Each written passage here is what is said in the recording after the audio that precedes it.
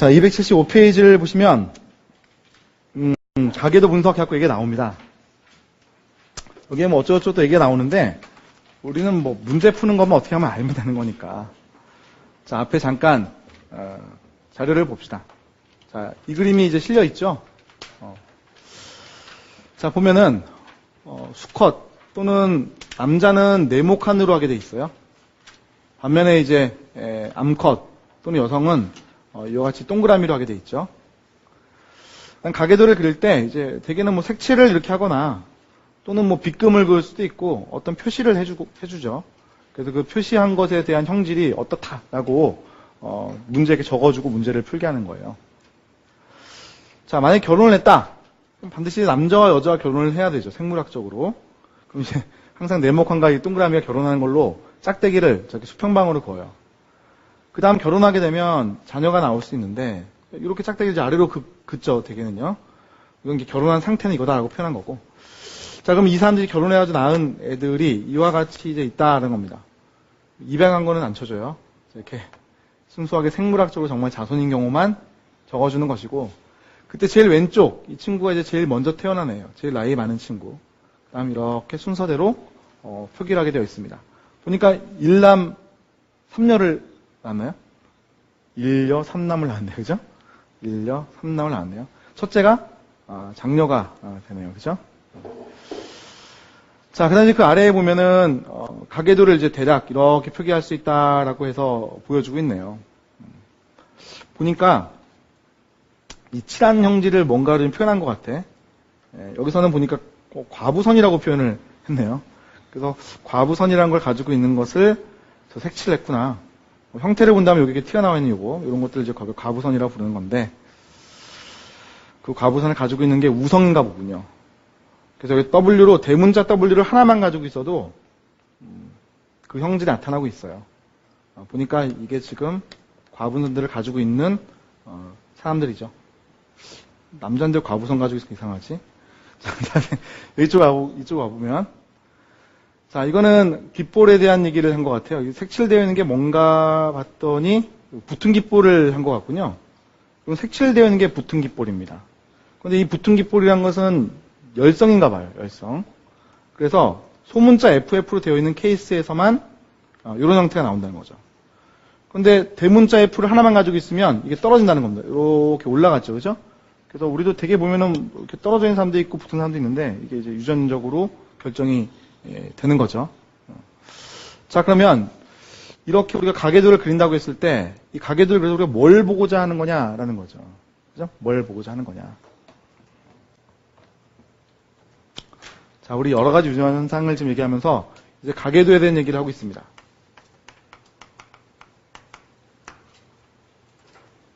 오늘 5번인가요? 다인자 유전까지 했죠, 그죠? 5번으로 합시다. 자, 가계도. 자, 가계도에서 우리가 판단하고자 하는 것은 그 어떤 형질 있죠? 색칠을 한 형질을 우리는 관찰하고자 하는 거예요. 관찰하고자 하는 형질. 이 유전 형질이 이게 어떻게 전달되고 있는가? 유전 현상이 뭐냐? 뭐 대표적으로 얘기할 수 있는 것이 뭐 우성이냐 열성이냐? 이것 따지는 거죠. 그 유전 형질이 우성이냐 열성이냐? 자, 또는 어느 염색체에 존재하는가?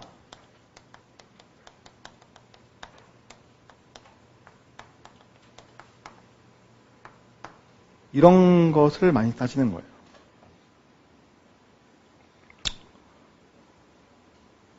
그럼 결국 이걸 통해 가지고 이제 알아내는 것은 어떤 개체가 가지고 있는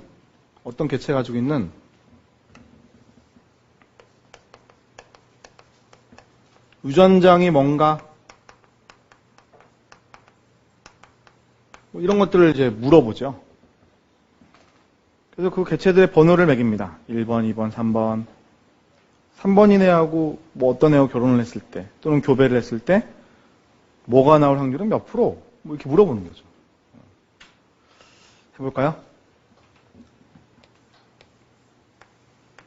수컷, 암컷, 결혼했습니다. 토끼, 뭐 이렇게 해도 괜찮으니까. 자, 이렇게 해서 자녀를 낳았어요.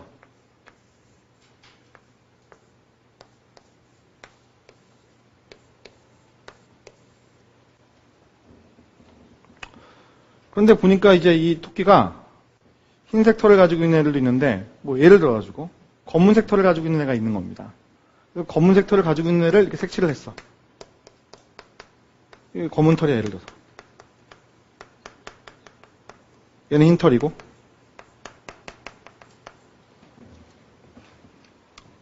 자, 그리고 이제 물어보는 거죠. 자, 이 유전 현상은 우성이냐 열성이냐? 이렇게 물어보는 거죠. 자, 이 검은 털이라고 하는 이 형질은 우성일까 열성일까?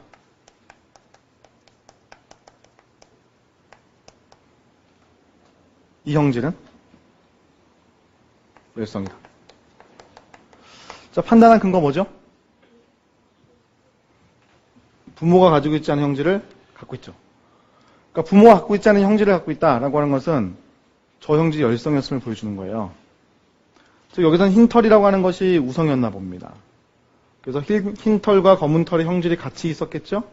자, 문자를 표기를 할 때 예를 들어서 얘를 대문자 A로 표기하고 얘를 소문자로 표기한다면 얘가 이랬다는 거죠. 그래서 흰 털. 근데 얘가 어떻게 했다는 거예요? 이렇게 되었기 때문에 열성인 형질이 드러난 거죠. 그래서 부모에 없던 형질이 나타났다. 열성입니다. 자, 다시 한번 이 가계도로 볼까요? 자, 이 가계도를 한번 보십시다. 이 가계도. 여기 보시면 먼저 얘들 과부선을 보게 되면 자, 이거 보세요. 부모가 다 뭔가 하나씩 갖고 있어요. 부모에게 없던 형질이 나타나는 겁니까? 뭐가? 칠한 게 아닌 게. 네, 잘 보세요. 여기서 판단할 수 있지? 이거 흰털, 부모가 가지고 있지 않은 형질이 이게 나타났잖아. 이게 뭐예요? 열성. 저게 열성이야. 그러니까 과부선은 뭐예요? 우성. 그럼 이쪽에서는요? 자, 여기 보세요. 이거 부모가 가지고 있지 않은 형질이 나타났죠? 그럼 여기도 있네. 부모가 가지고 있지 않은 형질이 나타났어. 그럼 여기서 색칠한 게 뭐예요? 열성. 아시겠죠? 뭐 찾는 거 어렵지 않습니다. 그죠? 그럼 만약에 이런 게 없으면, 판단할 근거가 없으면 그때는 어느 걸지 모르니까 그건 다 따져봐야 돼요. 그런데 열성임을 쉽게 찾는 방법은 가계도의 사이즈가 크면 클수록 여러 가계가 많이 나오면 나올수록 훨씬 더 찾기가 쉬워지는 거죠. 눈에 불을 뜨고 이것만 찾으면 되는 거니까. 그죠? 자, 그래서 우리가 열성임을 알았네.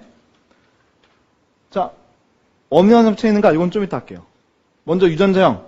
자, 지금 적고 있잖아요. 그죠? 얘들은 이미 결정을 다 할 수 있어요.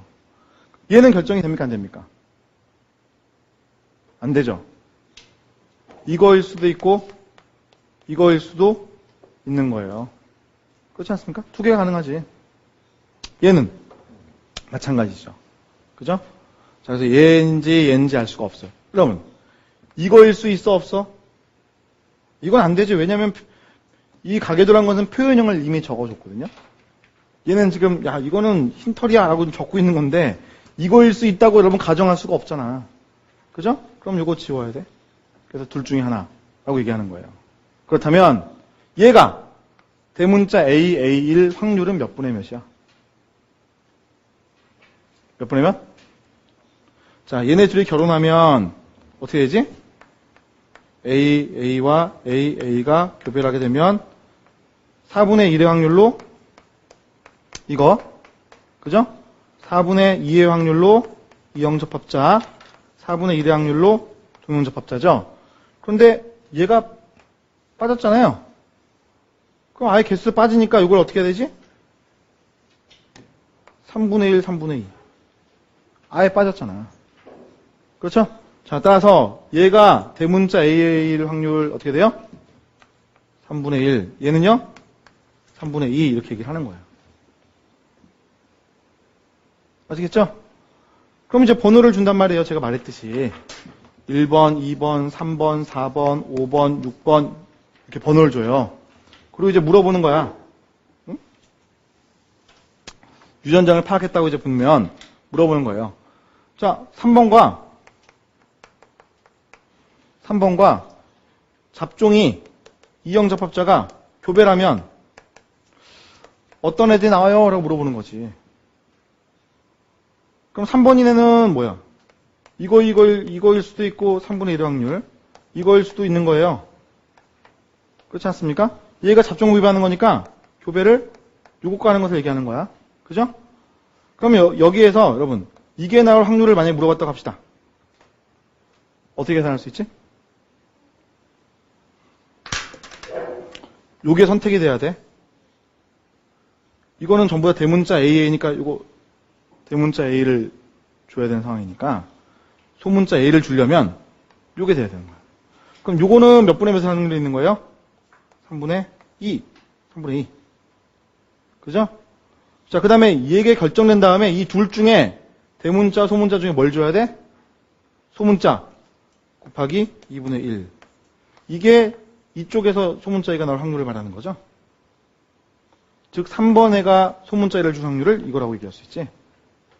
그럼 잡종이 얘가 줄 소문자 A를 줄 확률은 그래야 이제 동형접합으로 소문자 A를 가지니까 얘가 소문자 A를 줄 확률은 2분의 1.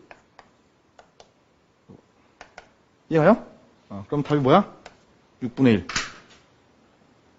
아시겠죠? 그래서 우리 가계도를 가지고 판단하는 게 뭐냐면 무성인지 열성인지 먼저 판단하게 해요. 그렇죠? 자, 그 다음에 뭘 보여줘? 유전자형이 무엇인지 판단하게 하는 거야. 오케이? 자, 근데 유전자형을 제가 적으려면 사실은 어느 염색체에 있는가라는 거를 먼저 알고 사실은 이거 풀어가야 돼요. 근데 제가 이거 지금 살짝 뺐어요. 우리는 멘델 유전에 익숙하니까 상염색체 유전만 가지고 얘기를 할 수가 있는 거였거든. 그래서 이거 가지고 얘기를 끝냈습니다. 자, 그런데 자, 어느 염색체에 있는지에 대한 얘기를 이제부터 좀 해볼게요. 이것까지 사실은 가미가 돼야지 정확하게 이러한 식들을 쓸 수가 있는 거예요. 지금은 상염색체에 있다고 가정하고 문제를 푼 것 같아. 자, 지웁시다.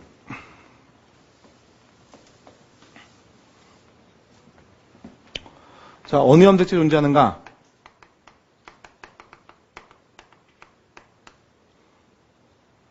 그죠? 자, 염색체는 동물세포라면, 식물도 있겠지만, 동물세포라면, 어디에 염색체가 있죠? 세포의 구조를 생각해 보시면, 핵과 미토콘드리아에 있죠?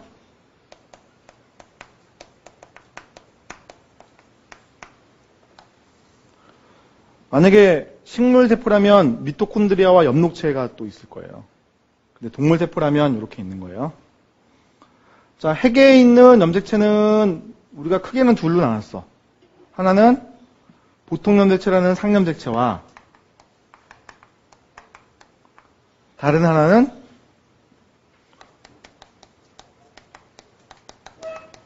성염색체죠. 자, 성염색체를 우리 사람은 어떻게 나누지? Y하고 X로 나누죠. 그렇죠? 자, Y염색체에 존재하는 유전자. 그러면 그 유전은 한성 유전을 한다 이렇게 얘기를 합니다. 뭐 쉽게 생각해서 그냥 한 가지 성에만 Y가 있다 생각하시면 편하게 외워져요. 자, X염색체에 유전자가 있어서 유전상을 보인다면 반성 유전이라고 얘기를 합니다. 그래서 우리가 얘기를 할 때 1번 염색체에 있는 유전자를 가지고 얘기를 해요. 그럼 뭐예요? 상염색체 유전 현상이다 이렇게 얘기를 하는 거야. 21번 염색체에 있는 유전자다 하고 뭐 이렇게 얘기가 진행되고 있어요. 그럼 뭐예요? 역시 똑같이 상염색체 유전 현상이다 이렇게 얘기를 하는 거야. 근데 X염색체에 있는 X염색체에 연관된 유전자다 하고 얘기를 풀어나가면 그건 뭐예요? 반성유전하고 있다 이렇게 한다는 거지. 미토콘드리아에 있는 유전자를 가지고 얘기한다면 이것을 우리는 세포질 유전 또는 모계 유전이라고 표현합니다. 자, 여기서 세포질 유전이라고 하는 것은 유전자 즉 염색체가 핵에 있는 게 아니라 세포질 쪽에 있으니까 세포질 유전이라고 했을 거예요. 자, 모계 유전이라고 표현한 것은 정자하고 난자하고 수정을 했을 때 정자의 미토콘드리아는 수정을 한 이후에 사라집니다. 없어져요. 난자의 미토콘드리아는 남아서 그 개체의 미토콘드리아가 됩니다. 그래서 미토콘드리아에 있는 유전자는 다 누구 거예요? 어머니 거를 항상 받아오는 것 같은 거거든요. 그래서 우리가 모계 유전이다 이렇게 표현하는 거죠. 그죠? 자, 그래서 염색체라고 하는 것이 이렇게 우리가 구분해 볼 수 있고, 이 각각의 어느 지역, 어느 염색체에 있느냐에 따라서 저 가계도에서 보는 유전 현상이 좀 달라지는 거죠. 자, 먼저 제일 밑에 거부터 해보면, 자, 미토콘드리아에 있는 유전자는 가계도에서 어떻게 나타날 것 같아요? 어머니와 자손의 표현형이 모두 같다. 이거죠. 왜냐하면 미토콘드리아에 있는 유전자에 의해서 나타나는 유전 현상, 즉 형질이에요. 그러면 미토콘드리아를 주는 게 어머니라면 어머니와 어떻게 돼요? 형질이 다 같을 수밖에 없죠. 그렇죠? 이걸로 판단할 수 있어요. 그럼 우리 앞에서 했던 것들 볼까? 저기. 여러분, 이거 미토콘드리아 유전 현상이에요? 어머니와 자손의 표현형이 다 동일하지 않잖아요. 자손의 표현형만 봐도 동일하지 않잖아요. 미토콘드리아 유전 현상 아니잖아요. 이쪽 거 볼까? 아니죠. 딱 보면 알겠다. 어머니하고 자손들의 표현형이 동일하지 않잖아요. 그죠? 어머니와 자손의 표현형이 동일하지 않잖아요. 그죠? 미토콘드리아 유전 현상 아닙니다. 옆에 것도 마찬가지죠?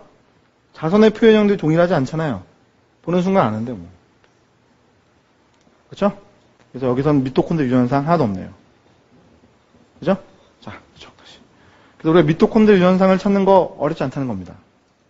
같은 방식으로 자, Y 염색체에 만약에 유전자가 있어. 그럼 이건 어떨까? 남자들, 그죠? 수컷들. 이거에 얘들의 표현형이 동일하겠죠? 그렇죠. Y 염색체에 있는 거라면 Y 염색체에 있는 유전자의 발현으로 이루어진 거라면 Y 염색체는 수컷들밖에 없으니까 걔들의 표현이 동일하겠죠. 자손 중에 아들들은 다 누구야? 아버지의 Y 염색체를 받아오는 거잖아요. 그럼 결국 가계도에서는 다 똑같겠죠. 그죠? 한 아버지부터 하는 거면 다 똑같을 것이다. 역으로 말하면 암컷들끼리도 뭡니까? 표현형이 동일하겠죠. Y형체가 없다는 표현이 나타나니까. 그죠? 쉬워요. 그럼 요것만 조금은 생각할 필요가 있는 것 같아. 이 둘을. 그죠? 자, 그때 우리가 판단하는 것은 요거 X염색체만 잘 판단하면 문제 풀 수 있는 거예요. 반성유전. 자, X염체는 자, 열성 유전일 때 뭐 대개는 이제 질환으로 출제를 많이 하니까 열성 질환일 때 뭐 이렇게 얘기해도 괜찮고요. 열성 유전으로 될 때 그때 이 상황을 만족하면 되는 건데 딸이 가진 형질이 아버지와 동일하다. 이거예요. 또 하나는 어머니의 형질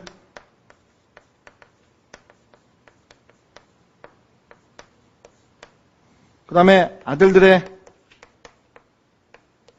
형질이 동일하다. 이거예요. 이 두 가지 조건을 다 만족해야 X염색체에 있는 유전현상이다라고 얘기를 할 수가 있습니다. 요거는 이제 우리가 꼭 팁으로 기억을 해야 돼요. 뭐 기본 과정이 됐든 심화 과정이 됐든 이거는 다 적용될 수 있는 예니까. 뭐 심화라고 해봐야 뭐 별다른 거 공부하는 건 아니에요. 여기서 좀 더 우리 확장하고 좀 더 이해를 넓히는 것에 불과한 거예요. 자, 그럼 이걸 한번 적용해 볼 수 있는가 볼까요? 자, 이쪽 다시. 이거 열성질환입니까? 열성질환이죠? 저기 적었잖아. 검은 털은 열성이라고 했잖아요. 그래서 검은 털 형질 열성을 우리가 따져가 보려고 하는 거야. 검은 털 형질. 자, 여기 보면 딸이 뭐예요? 검은 털이지? 그럼 어떻게 된다고요? 아버지가 검은 털이어야 돼. 아니잖아. 그죠? 그럼 이거 뭐예요? X염색체 유전상이 아니구나라고 얘기할 수 있죠. 자, 왜 그런가?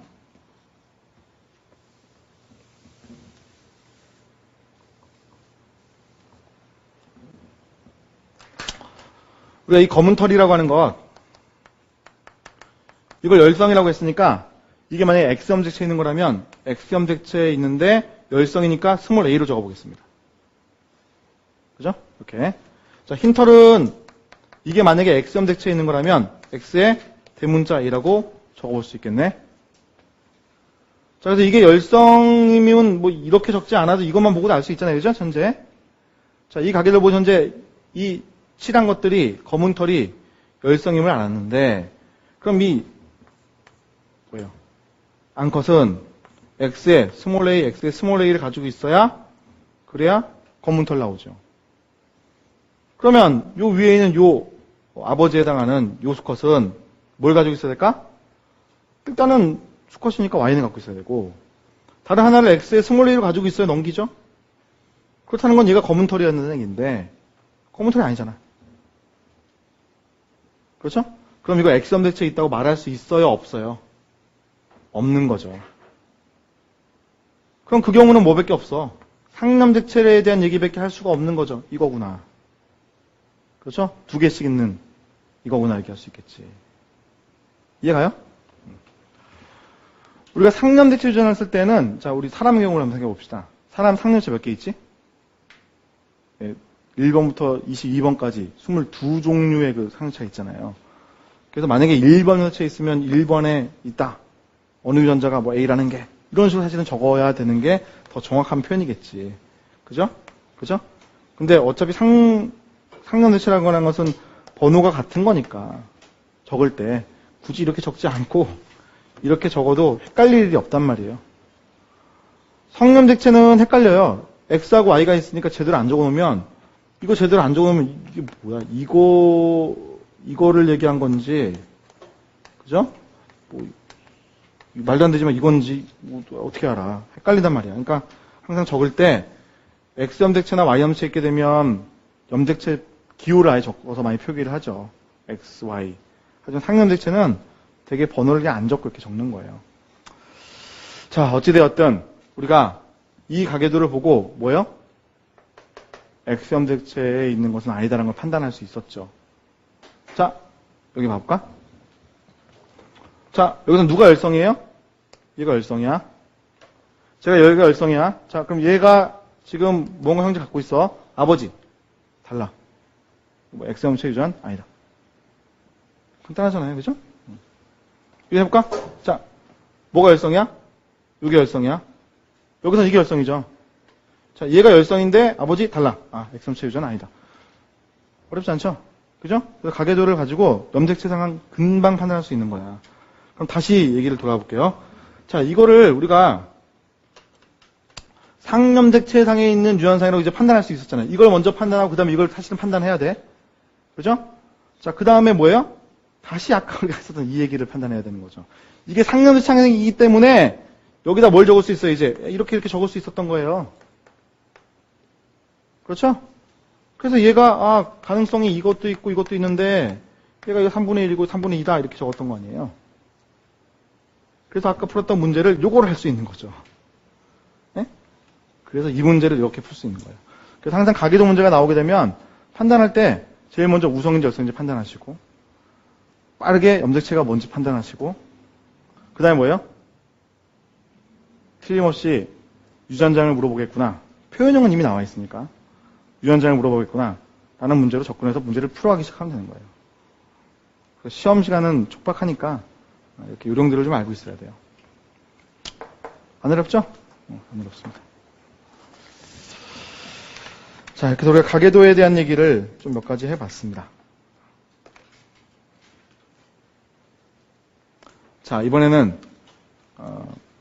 우성과 열성에 대한 어떤 의미를 좀 볼까 합니다.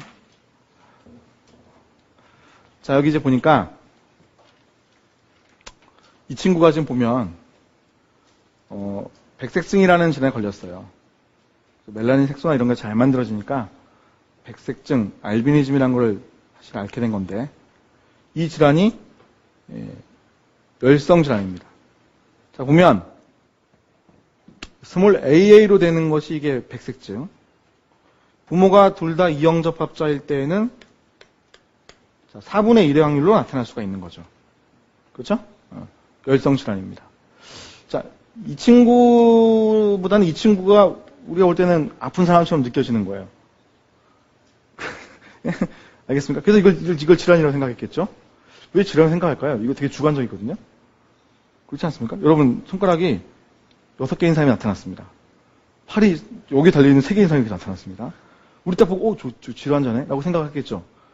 근데 제가 그 말에 갔더니 내가 이상한 사람입니다. 그 사람들은 다 팔이 여기 달려있어요. 되게 주관적이지 않습니까? 질환이냐 아니냐의 판단 되게 주관적인 거예요, 사실은요.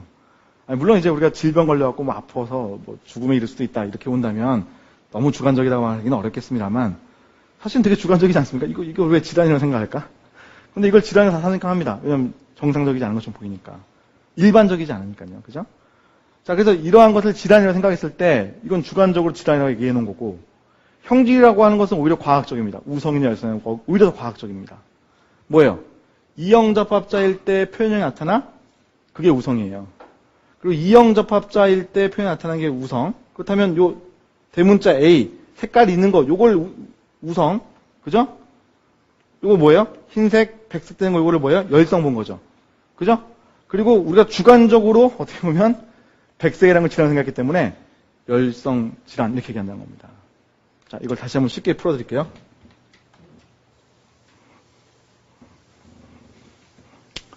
자, 우성이냐 열성이냐라고 하는 것을 얘기할 때 우성이라고 하는 것은 질환을 뜻하는 것이 아닙니다. 소수를 뜻하는 것도 사실상은 아닙니다. 정상이냐 이런 거를 말하는 것도 아니고요. 결국 다수냐 이런 걸 말하는 것도 아니다는 얘기입니다. 아무것도 아니야. 그럼 뭐냐? 우성이라는 것은 잡종일 때 표현형에 나타나는 형질, 이게 우성입니다. 자, 부모 세대에서 우리가 주관적으로 판단했을 때 정상이라고 하는 사람이 있고 둘이 결혼을 했습니다. 질환자인 사람하고 물론 순종끼리 결혼을 했는데 정상이 나옵니다. F1 세대에서 그럼 뭐예요? 정상 형질과 질환자 형질이 있으면 정상이 된다? 정상을 우성이야 이렇게 얘기한 거죠. 우성의 판단은 오히려 과학적입니다. 자, 정상인 애들끼리 결혼을 시켰더니 정상과 질환자라는 것의 비율이 몇 대면? 3대1이 나오는 거죠. 자, 따라서 여기서 보니까 질환이라고 하는 것이 열성임을 알 수 있잖아요. 그래서 이 질환을 뭐라고 이제 표현하는 거지? 이 질환을 열성 질환이라고 표현한 겁니다. 이해가요? 자, 어떤 경우에는 정상과 질환자가 있어서 결혼을 했는데 F1에서 전부 다 질환자만 나오고 F1들끼리 결혼을 시켰더니 F2에서 정상과 질환자가 1대 3이 나오는 겁니다. 그러면 이형접합자가 되었을 때 정상 형질과 질환자 형질이 합쳐졌을 때 질환자라는 걸 보면 뭐가 우성이에요? 이게 우성이구나. 그럼 이것은 우성질환의 한 예구나라고 얘기한다는 거죠. 그렇죠? 그래서 우리가 생각할 때 우성 그러면 좋은 건가라는 생각을 하게 마련인데 그게 아닙니다. 그냥 이형접합이 되었을 때 표현형에 나타나는 얘를 그냥 우리가 우성이라고 부를 뿐이다라는 거죠. 자, 여기 보시면 이게 이제 외소증이라는 질환입니다. 연골 발육 부전증 해가지고 성장 호르몬이 제대로 안 만들어지기 때문에 연골이나 이런 것들 성장이 안 일어나서 외소증이 되는 거예요. 기분 나쁘게 난쟁이라고 했는데 자, 어쨌든 이분이 지금 보니까 이형접합자인데 뭐예요? 외소증을 안 있는 거예요. 이 대문자 D가 외소증을 나타나게 하는 그런 형질이지. 정상인상 결혼하게 되면 자, 이렇게 분리의 법칙, 이형접합자만 돼도 무조건 외소증이 나오는 거죠. 그렇죠? 즉 질환이 우성일 수도 있는 겁니다. 그렇지 않습니까? 자, 그러면 여러분 또 한번 생각을 해봅시다. 인류에 이런 열성 질환이 만연할 것 같아요? 이런 우성 질환이 만연할 것 같아요? 이론적으로는 우성 질환이 만연할 것 같아요. 왜냐하면 둘이 결혼하면 질환자 나오고 질환자끼리 결혼해도 3대 1이나 질환자가 많아지는 거니까 이게 더 많을 것 같지만 이게 오히려 우성 질환이 소수자입니다. 자, 이유는 결혼하기가 힘들어서. 그러니까 이건 이론적으로 가능한 거죠. 그죠? 되게 질환자라는 사람들하고 결혼하기는 되게 싫어할 거예요. 이 사람 100세기야 몸이. 결혼 안 할래. 이렇게 되는 거잖아요. 그죠? 저분 난쟁이래. 키가 작아. 그럼 선뜻 결혼할 용기가 안 날 수 있잖아. 네? 그래서 실제로 결혼하기 힘들 수 있다는 거예요. 질환자들은. 그렇다면 이 친구 보세요. 이 친구는 질환자입니까? 아닙니까? 정상이죠. 실제로는 뭐예요? 정상의 질환과, 정상의 형질과 질환자 형질을 같이 가지고 있는 보인자인데 이 친구는 결혼할 수 있어요. 그렇죠? 그렇다면 그 다음 세대에 질환자의 형질이 있긴 있는 거죠. 이 친구는요? 자, 이 친구는 전부 다 정상, 이 친구는 질환자. 결혼을 했다고 봅시다. 얘 누구예요? 두 개의 형질을 같이 가지고 있는 애죠? 얘 무조건 질환자. 그죠? 넘기긴 넘겼어요. 그럼 얘하고 얘를 비교해 보세요. 얘는 결혼할 수 있지만 얘는 결혼하기 쉽지 않은 상태로 간 겁니다. 결국 질환, 우성질환이라고 하는 것은 다음 세대로 넘어가기가 어려워지는 거죠. 그죠? 이쪽은 아싸 넘길 수 있어요. 이 사람이 정상인 것처럼 느껴지기 때문에 다른 사람이 결혼할 겁니다. 그죠? 그러면 유전자를 넘길 수 있지. 자, 그래서 우리가 질환이라고 하는 것은 이론적으로는 이렇게 뭐 3대 1만 나오고 이렇게 할 것 같아. 하지만 실제적으로는 현저히 적어요. 열성 질환도 적은 편이고요. 결혼하기 힘드니까, 교배하기 힘드니까. 우성 질환 더 적은 편입니다. 그거는 뭐 자연계에서 훨씬 더하죠. 그래도 우리 사람들은 지각이 있으니까 저건 뭐 아픈 것에 좀 불과해. 뭐 이렇게 생각하고 결혼할 수도 있지만 동물 사이에서는 먹고 먹히는 관계니까 뭔가 안 좋은 거 가지고 있으면 영양이 막 뛰어야 되는데 다리가 하나 짧으면 그럼 뭐 생존이 안 되니까 결혼하기 힘들죠. 그죠? 그런 친구들은. 아시겠죠? 자, 그래서 우리가 우성, 열성이라는 어떤 개념까지 좀 봤습니다. 자, 그 다음은 15장으로 이제 넘어갑니다. 자, 나머지 우리 교재에 있는 내용들은 재미삼아 한번 읽어보실 필요 있는데 출제는 안 됩니다. 자, 이제 이쪽 넘어갑니다. 염색체와 유전현상. 염색체라는 개념을 살짝 제가 가져오긴 했습니다. 유전자라고 하는 것들은 염색체상에 있는 것이고 어느 염색체에 따라서 어떠한 유전현상이 일어나는지가 조금씩 달랐어요. 그죠? 자, 복잡한 것 같지만 이미 우리가 했던 겁니다. 양성잡종 교배 실험이에요. 제일 위에 있는 걸 보게 되면 어떻게 돼 있어요? 대문자 YY, 대문자 RR. 소문자 YI, 소문자 RR. 둘이 결혼을 하게 되면 양성잡종. 그죠? 양성잡종. 그 양성잡종인 애들은 전부 다 둥글다고 그랬잖아요. 전부 다 노랗다고 그랬잖아요. 그죠? 그걸 염색체로 표기하니까 이렇게 됐다는 거예요. 지금 염색체 몇 개 그렸어요? 각각 4개씩 그려놨죠? 그리고 문자들이 각각 하나씩에 포함되어 있죠? 그렇기 때문에 각각의 저 문자들은 독립적으로 행동할 수 있었던 거예요. 각각 다른 염체에 있으니까 감수분열한다고 했을 때에도 각각 따로따로 움직일 수 있는 거지. 감수분열. 자, 볼까요? 자, 얘가 감수분열한다. 그러면 이 각각 4개의 염색체가 어떻게 돼요?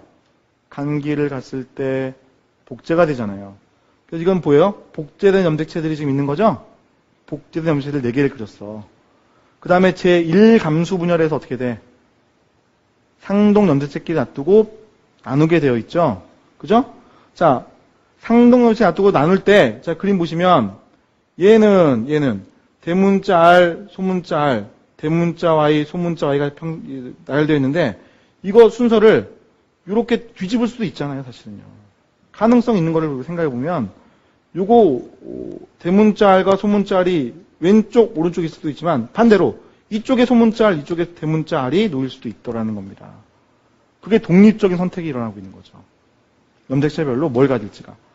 그래서 나누게 되면 어떻게 된 거예요? 얘는 대문자 R과 대문자 Y를 가졌고, 소문자 R과 소문자 R을 가졌습니다만 가능성을 생각해보면 자, 이와 같이 소문자 R과 대문자 Y, 대문자 R과 소문자 Y를 가질 수도 있더라는 겁니다. 오케이? 이해가요? 응? 자, 그러니까 생세포의 비율이라는 게 이와 같죠. 오케이? 이해갑니까? 자, 그러면 감수 분열을 마친 다음에 저희들이 검정교배될 때의 사항을 한번 이제 얘기를 잠깐 해볼게요. 자, 이게 염색체 별로 나눠져 있기 때문에 현상인데, 자, 대문자 R, Y. 그죠? 얘를 소문자 Y와 교배하는 이런 현상을 우리는 검정교배라고 표현합니다.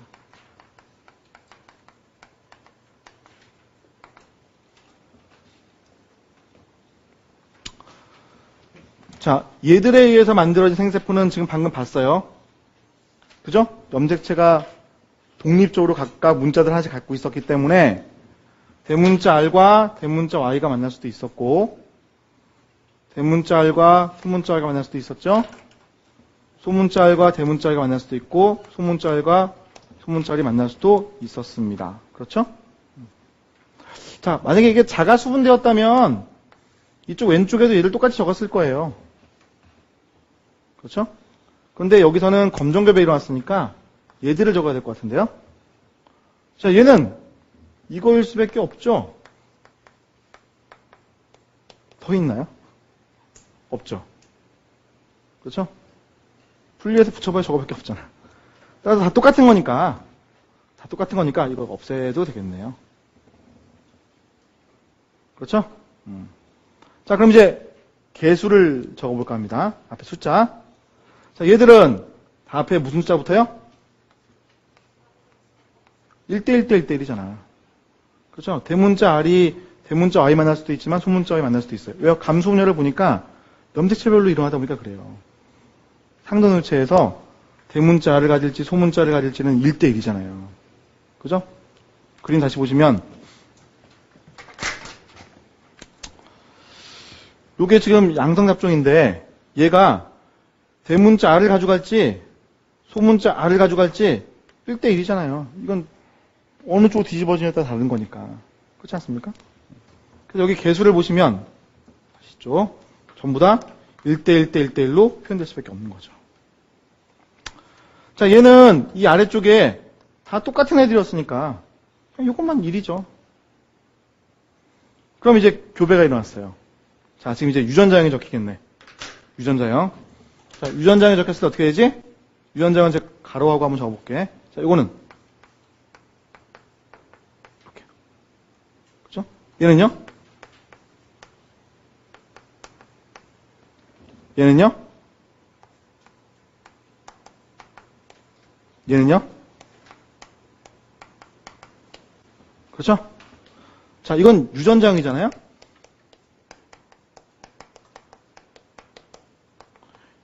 그렇죠? 이번에 한번 표현형 적어볼까요?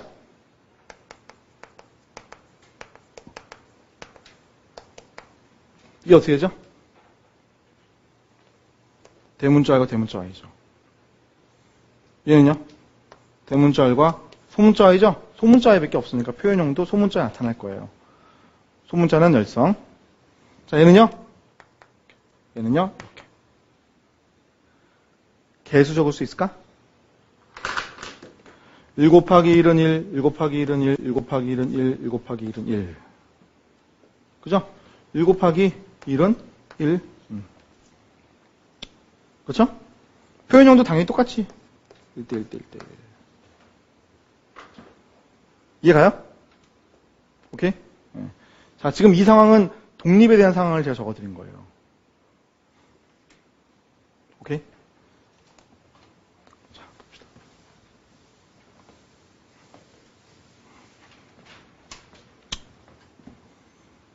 자, 이제 정리를 잠깐 해봅시다. 자, 멘델의 법칙은 독립의 법칙을 만족하는 거였어요. 그렇죠? 독립이란 건 뭐냐면 각 형질 문자라고 생각해도 괜찮아. 자, 이 문자가 각각 다른 염색체에 존재하는 것을 말하는 거예요. 그래서 부모 세대에서 대문자 R과 Y를 가지고 있는 애가 있어요. 자, 얘의 유전자형은 이거였어. 얘를 소문자 R과 Y를 가지고 있는 애하고 교배를 시켜요. 얘의 유전자형은 이거예요. 안 적혀 있어도 괜찮지만 적어봤어요. 유전자형. 자, 그 다음에 F1을 얻으면 어떻게 돼? 이렇게 되죠. 그렇죠? 그 다음 얘를 교배하는 거야. 누구하고? 검정교배. 이런 애하고 교배하는 거예요. 그렇죠? 지금 우리가 앞에서 제가 적어드린 저 내용은 이 위에를 턱 잘랐죠? 이거 없앴잖아요. 여기서부터 지금 적은 게 저 내용 아니에요? 얘의 유전자형은 이거고 얘의 유전자형은 이거니까. 그렇죠? 저거. 적었잖아요. 시험 문제도 항상 이렇게 내. 위에 거를 잘라버리고 양성 잡종 가지고 검정 교배하는 걸로부터 출제한단 말이에요. 그럼 이렇게 했을 때 그 다음 어떻게 나온다고요? 결과 적어.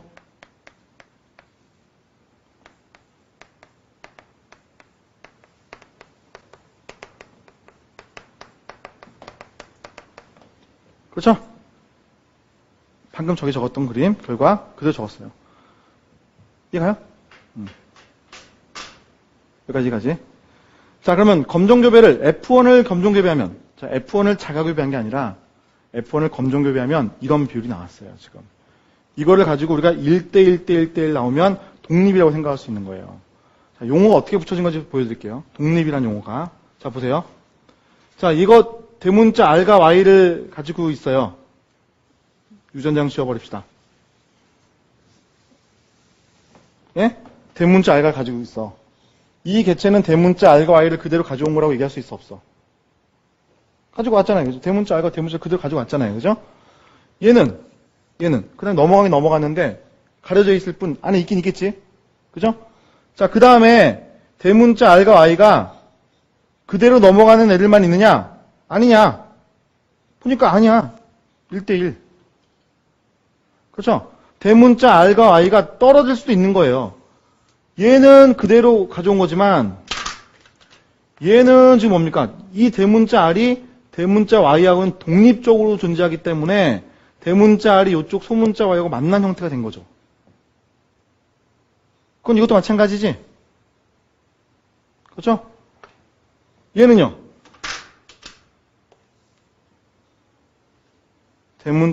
소문자 R과 소문자 Y가 넘어간 애인 거죠.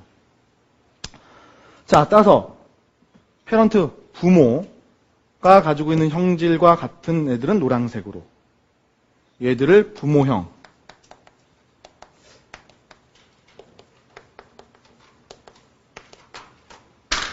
자, 얘들은 뭐예요?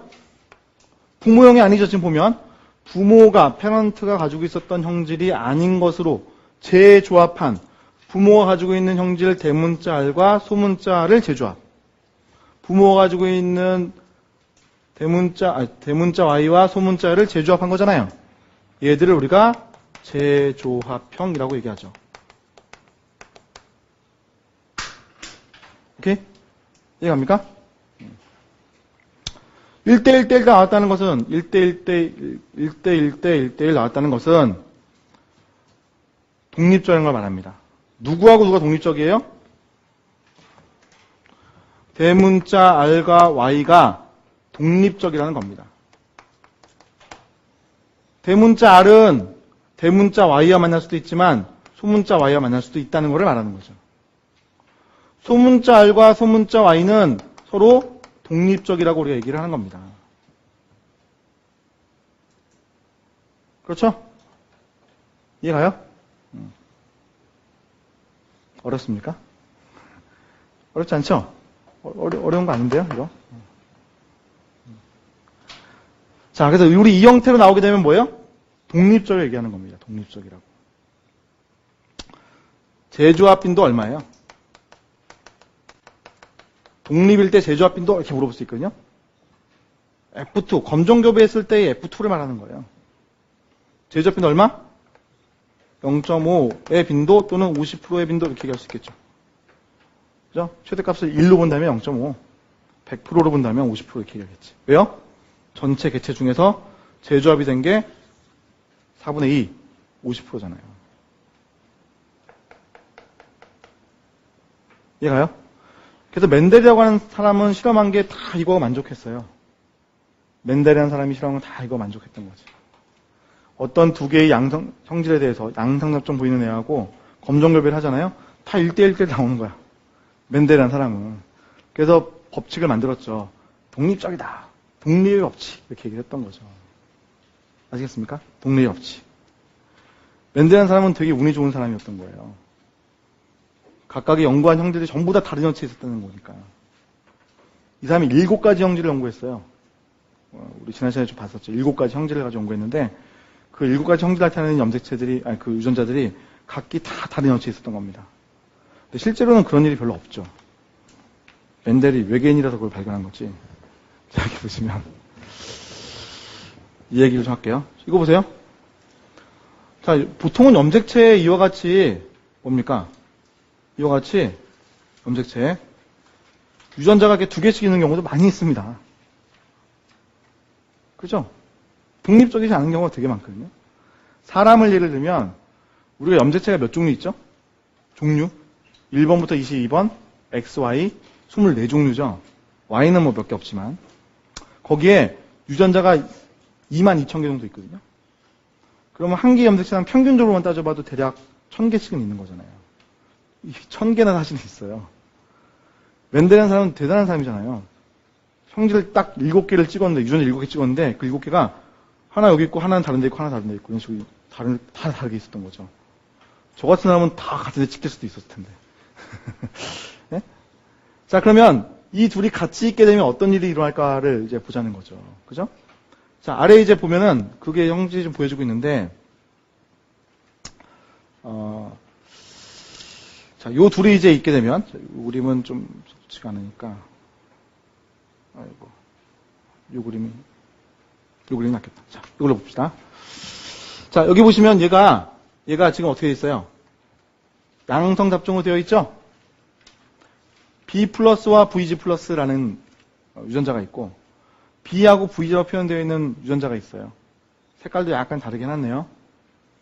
자, 염색체가 복제가 되면 이렇게 되죠? 자, 이게 감수 분열로 간다고 합시다. 제1감수 분열, 나란히 배열을 하죠? 제1감수 전기에서. 그때 어떤 일이 일어날 수 있어요? 가운데 있는 염색체끼리 재조합이 일어난다. 배웠죠?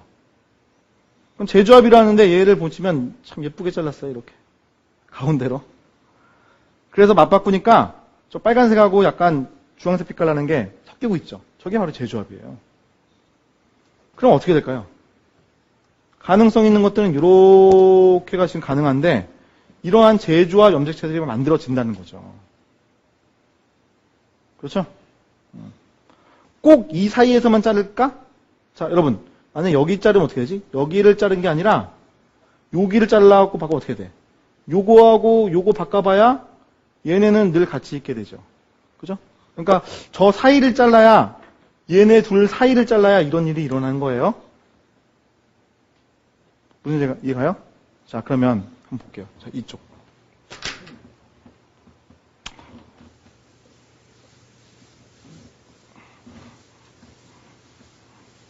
자, 이번엔 멘델이 독립을 주장했지만 사실은 독립일 수가 없죠. 완전히 독립일 수가 없어요. 왜냐하면 유전자라는 것은 같은 형체에 있기도 하기 때문에. 그래서 이와 같은 현상이 일어날 수 있다는 거지. 자, 저기 B 플러스 B, VG 플러스 VG. 양성 잡종. 자, 얘를 B 플러스, 아니, B, VG, VG. 자, 여기서 플러스 적은 것들은 우성. 그 다음에 이제 플러스를 적지 않은 것들은 열성. 그래서 열성 순종과 교배하기 때문에 이런 현상을 우리 뭐라고 한다? 검정교배라고 한다. 아까랑 다를 바 없죠? 아까는 제가 R과 Y로 표현했을 뿐 지금 같은 방식으로 적고 있어요. 자, 그리고 결과가 나왔죠. 자, 얘로부터 만들어질 수 있는 애들을 생각해 보면, B 플러스 VG 플러스, B 플러스 VG, B VG 플러스, B VG, 이렇게 4개 가능하죠. 그렇죠? 자, 그리고, 얘가 만들 수 있는 것은 B하고 VG밖에 안 돼요. 개수 적어봐요. 1. 자, 얘들을 만드는 건데 얘들은 지금 저 앞에 있었던 염색체와 마찬가지로 재조합이 가능한 거예요. 그럼 여기 한번 볼게요. 염색체를 한번 그려볼게요.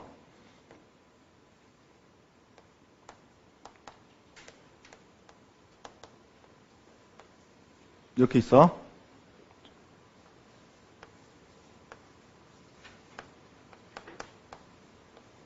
이렇게 있어요. 자, 재조합이라는 게 만약에 여기서 일어났다고 해봅시다. 이 둘 사이에 있는 것이 재조합돼야 안 돼요? 안 되죠? 그럼 안 된 상황에서 이렇게 나눈다고 생각합시다. 그러면 이 염색체, 이 염색체, 이 염색체, 이 염색체 4개 염색체를 봤을 때 그 4개 염색체에서 B 플러스 VG 플러스, B 플러스 VG 플러스 원래 상태하고 바뀐 거 없죠? 이 그림은요. 자, 그런데 어떤 생세포는 그 사이에서도 재조합이 일어날 수 있다는 거 아닙니까? 자, 그래서 여기 B 플러스와 VG 플러스가 있고 반대편에는 B와 VG가 있는데 요 사이에서 자르는 거예요. 오케이? 그럼 바뀌잖아. 이쪽에 뭐가 가? 소문자 B가, 요 반대편에는 소문자 B 플러스가 갈 수 있죠. 맞바꿈이 가능하잖아요. 그럼 얘는 B 플러스와 VG 플러스를 유지합니다만 얘는 어떻게 돼? B와 VG 플러스가 되고 얘는 B 플러스와 VG가 되고 얘는 B와 VG가 되잖아요. 그죠? 그러니까 그 사이에서 그 두 유전 사이에서 자르게 되면 재조합이라는 것들이 일어난다는 거죠. 그럼 이런 것도 일어날 수 있고 이런 것도 일어날 수 있으니까 전체적으로 보면 뭐가 많이 일어나는 거예요? 뭐가 많은 거예요?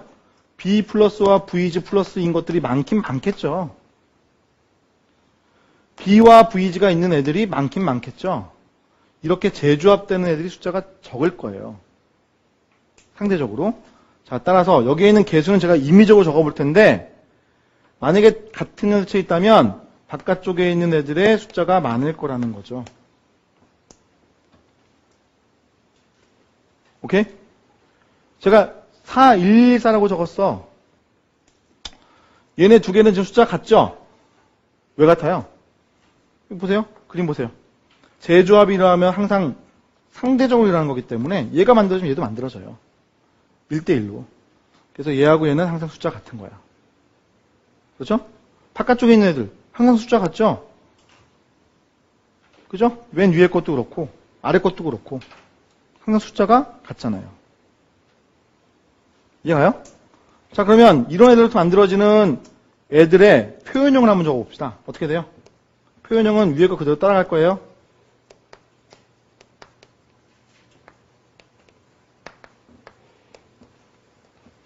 숫자는요. 4 곱하기 1은 4, 1 곱하기 1은 1, 1 곱하기 1은 1, 4 곱하기 1은 4 이렇게 나오지. 아시겠어요? 자, 따라서 검정교배를 했을 때 독립이 아니라면 1대1대1대1이 안 나옵니다. 그리고 어떤 애들의 숫자가 큰데 그 숫자가 큰 애들이 뭐예요? 같은 여체에 있었던 애들이라는 거지. B 플러스와 VG 플러스가 같은 여체에 있었잖아요. B와 VG가 같은 여체에 있었죠. 숫자가 큰 애들이 같은 염색체에 원래 있었던 애들이라는 거죠. 그렇죠? 이해갑니까? 자, 그러면 이 사항을 교배 실험으로 볼게요. 똑같은 걸 보여드릴 거예요.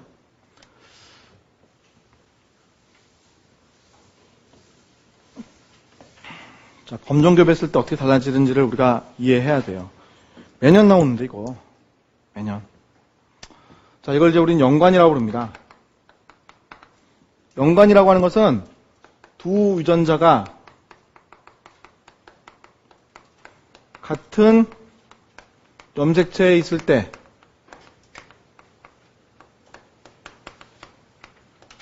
요게 연관입니다. 이게. 자, 그래서 교배 실험을 하는데 부모 세대에서 B 플러스와 VG 플러스인 애를 B와 VG하고 교배를 시키는 겁니다. 자, 그랬더니 F1을 얻었는데 얘가 B 플러스와 VG 플러스를 보이는 겁니다. 자, 우성이 누군지 알게 된 거죠. 누가 우성이야? B 플러스와 VG 플러스가 우성이죠. 그 다음 얘를 뭐 한 거예요? 검정교배한 겁니다. 이렇게. 이건 검정교배죠? 왜냐면 검정교배라는 것은 열성 순정과 교배하는 거기 때문에. 그죠? 자, 그랬더니 F2가 나왔는데 똑같이 적을 거예요. 왼쪽에 적었던 것과 같이. 요게 4대 1대 1대 4가 나온 겁니다. 오케이? 자, 그러면 같은 얘기예요. 자, 시험 문제에서는 요 위에 거는 출제 안 해요. 중앙부터 내는 거예요. 양성 잡종인 애를 뭐예요? 검정교배였더니 이런 결과가 넣었다 하고 표를 주든지 이와 같이 그림 모집도를 주든지. 이 위에 거는 우리가 상상을 해서 지금 제가 적은 것 같아요. 그때 이 부모형은 뭐예요? 이렇게 유지가 되고 있죠? 이 부모형도 유지가 되고 있는 게 있는 거죠. 그렇죠? 이걸 우리가 노란색을 부모형이라고 얘기하잖아, 지금. 근데 부모가 가지고 있던 성질 두 개가 섞이죠? BA 플러스하고 VG, B와 VG 플러스. 이거를 뭐라고 한다고요?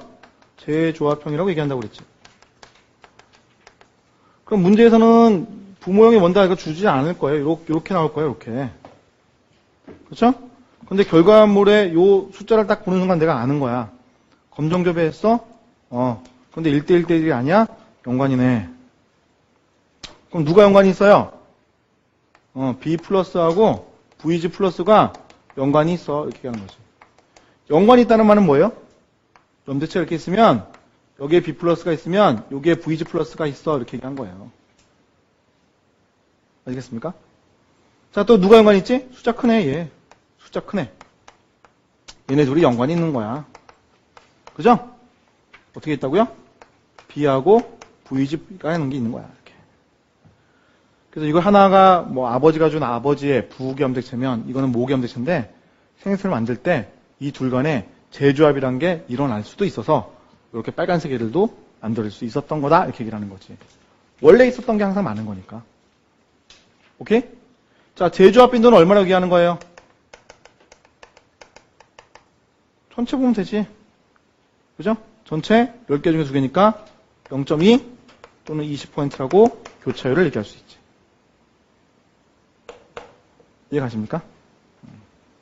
자, 그래서 검정교배한 거를 딱 보고, 야, 이게, 예? 지금 연관이 있는 건지 독립인 건지는 정말 금방 아는 거예요. 이거 딱 보자마자 그냥 바로 아는 거예요. 자, 퀴즈 하나 내볼까요? 자, 염대체가 이렇게 있는데, 이 두 유전자가 지금 같이 있으면 연관이 맞잖아요. 그죠? 이 둘 사이의 거리가 가까워질 수도 있을 거고, 가까운 유전자들도 있을 것이고, 어떤 거는 멀리 있는 유전자들도 있겠죠. 뭐 멀리 있으나 가까이 있으나 같은 여체에 있으면 연관은 연관입니다. 그런데 가까이 있으면 가까이 있을수록 뭐예요? 어떻게 보면 연관성이 크다고 얘기할 수도 있지 않겠습니까? 그게 이 수치는 어떻게 나타날 것 같아요? 가까이 있으면 가까이 있을수록 그 사이에서 자르는 일이 잘 안 되죠. 다시 볼까요? 자, 재조합되는 애들, 여기 보세요. 재조합되는 애들 나타나기 위해서는 그 사이에서 잘라야 돼.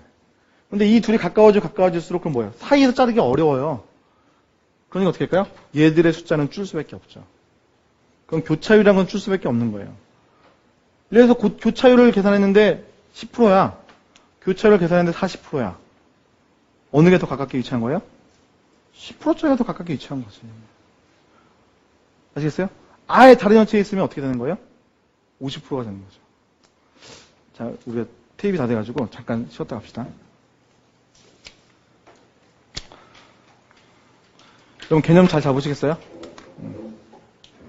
영어교차는 매년 한 문제가 나와요. 매년 나오는데 검정교배로 나올 수도 있고 자가교배 나올 수도 있어요. 둘 다 잘 알아야 됩니다만 일단 우리가 검정교배에 대한 얘기를 캠프에서 다 했기 때문에 그거 꼭 잘 알아야 돼. 잠깐 쉬었다 갑시다.